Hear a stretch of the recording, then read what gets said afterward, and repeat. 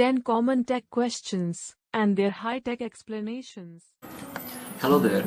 There are certain problems we all deal with every day, but don't know why. Why do I need to keep resetting my router? Do I have a virus? Or what happens when a site I use get hacked?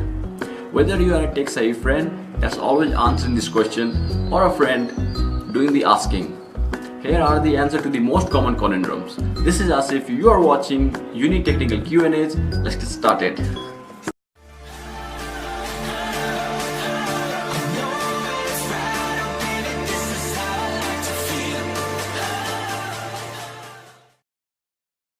Number 10.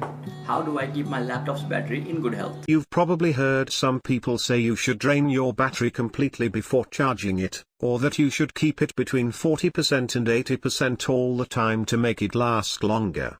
Most of these rules are outdated, applying to older nickel-based batteries. Luckily, most or all of your gadgets these days run on lithium-ion batteries, which are easy to take care of. They last longer when you perform shallow discharges, keep them cool, and don't leave them plugged in while they're running at 100%. Honestly, though, batteries have a finite life no matter what, and your efforts will only go so far, so don't stress about it. Focus your efforts on getting better battery life out of your iPhone, Android phone, or laptop on a given charge instead, and knowing how to replace the battery when it starts dying. Number 9.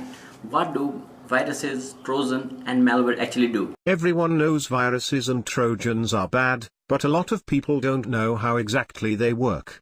Viruses, for example, are programs that copy themselves and infect a computer, spreading from one to another, just like, well, a real-life virus. Trojans, on the other hand, are applications that look normal, but secretly have code that's doing something else, like letting someone else control your computer. We highly recommend reading this explanation for more detail on the different types of malware, as well as the biggest myths surrounding them. And, as always, make sure you're running a good antivirus program, even if you have good browsing habits. Number 8. What's wrong with using public Wi-Fi? Most of us put a lot of effort into finding free Wi-Fi, but public Wi-Fi networks have their own share of problems, particularly that it's very insecure. Even if a Wi-Fi network has a password, other people on the network could see what you're doing, or, if they were so inclined, steal personal information and passwords. Luckily, there's a lot you can do to stay safe. Make sure sharing is turned off, use HTTPS whenever possible, and run your traffic through a VPN. Number 7. Do I really need to eject USB drives? Ever wonder why your computer warns you about ejecting those USB drives before you remove them? It's because computers use something called write caching to improve performance. If you copy something to your drive, it'll tell you it's completed the task, but it's actually waiting until it has a few other tasks to perform so it can do them all at once. Efficient, right? When you press eject, your PC finishes anything in the queue to make sure you don't incur any data loss. Windows does a better job of avoiding problems than OS X and Linux, but we recommend ejecting all your drives anyway. It's small price to pay for keeping your data safe. While we're on the subject, if you've ever wondered why our external drives never have as much space as the box claims they do, we've got answers for that as well. Number 6. How can I tell if an email is in spam? Some spam is obvious. I lost £30 and made $24,356 in 5 hours by taking this special pill, but other messages are more subtle. A lot of spam relies on phishing, in which a spammer will try to make their email look like it's coming from a legitimate source in order to get your information. They may tell you to click a link that looks like it's going to paypal.com, but if you hover over it, you'll see that it's really going somewhere else, likely a PayPal disguised site where you willingly type in your information. Luckily, you can usually avoid those tricks by checking the URL and typing it in yourself instead. Be careful, too, sometimes those links will cause you to unknowingly spam one of your friends, which only spreads the scam. Number 5. Why are cables so expensive?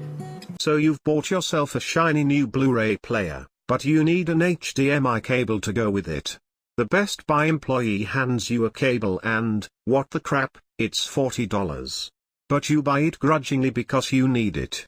Well, never again. The reason those cables are so expensive? Because they know you'll buy it anyway. The truth is, back in the old days, cables with gold-plated connectors or fancy shielding actually produced a better picture, but with modern digital cables, like HDMI, USB, and others, things are much simpler, and cheaper. A cheap cable from Monoprice will work just as well, so don't waste your money. While you're at it, buy refurbished and skip the extended warranty if you want to save even more money on your tech. Number 4. What happens when a site I use get hacked? You've no doubt heard about all the sites that have gotten compromised in the last year, but what happens when they do? Usually those hackers are after your username and password, but whether they can get it depends on how a site stores your password, as well as your password's strength. Weak passwords are much easier to crack than you think. After you've read up on those things, get started on protecting yourself with a good password manager, a different strong password for every site you use, and backup plans in case someone gets into your account anyway. Number 3. Why do I need to keep resetting my router? It's a tale as old as time. Your internet gets finicky, so you unplug your router, plug it back in, and all of a sudden it's magically working again. But why does this happen, really?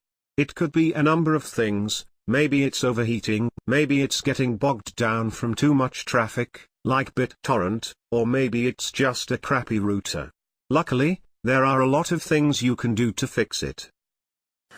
Number 2. Will I be caught if I download a movie on BitTorrent? If I had a nickel for every time someone asked me about getting caught downloading stuff with BitTorrent, I'd be swimming through money like Scrooge McDuck.